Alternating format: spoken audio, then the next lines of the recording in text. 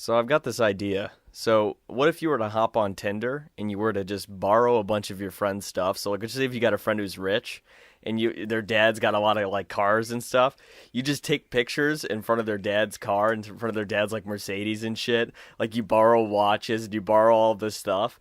But what you do though is you find gold digging whores and you rent out their house for a day. So you rent out their house for a day, you borrow their car, and you pretend to be fucking loaded, and you would just like drain your entire bank accounts, like just take out like 2 or 3 grand and just keep hundreds in your pocket, and then just like, and then just get sex or get blown or something, and then just take them back to the house, and then finally they'll want a second date, but just reveal the fact that you're broke, like actually like roll up on the second date with your fucking beater car, like roll up with like. Like the fucking wrong ass threads, like everything that just tells them that you're not rich. What do you think about that? I think it's only appropriate to do that if you make sure to take the belt off your car before, so it sounds extra shitty.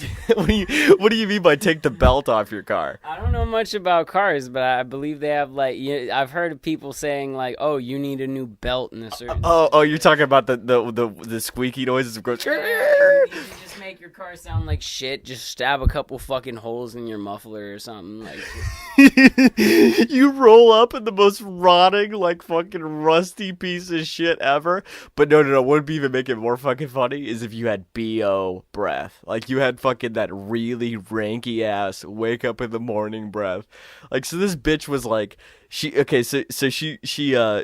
stayed over your big ass house. You convinced her that you were like a lawyer and all of this stuff.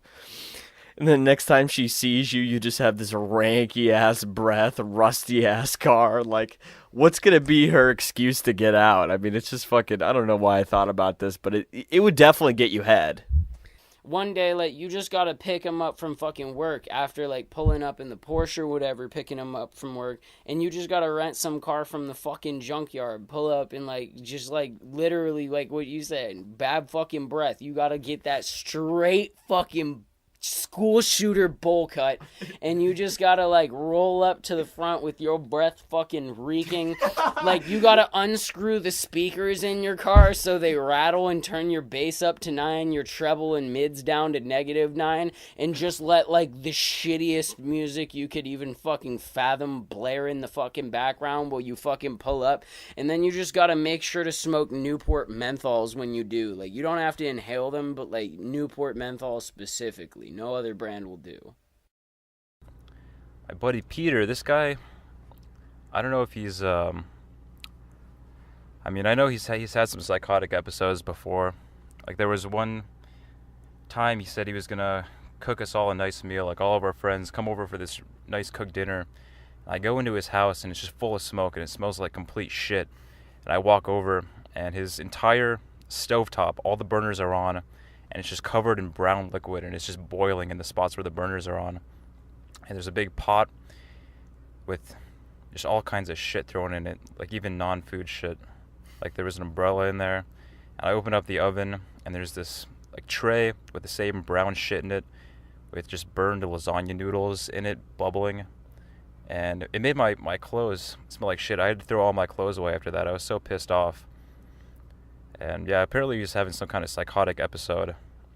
So he thought he was gonna make you guys a really good meal and you guys were all gonna hang out, but in reality he didn't know what he was making, and he was just shoving all sorts of shit in like the pots and everything. Yeah, I guess it was some kind of artistic venture. He thought it was, like, if I just go with my instinct and throw whatever my mind or my heart desires into this bowl, it'll taste good when it's done.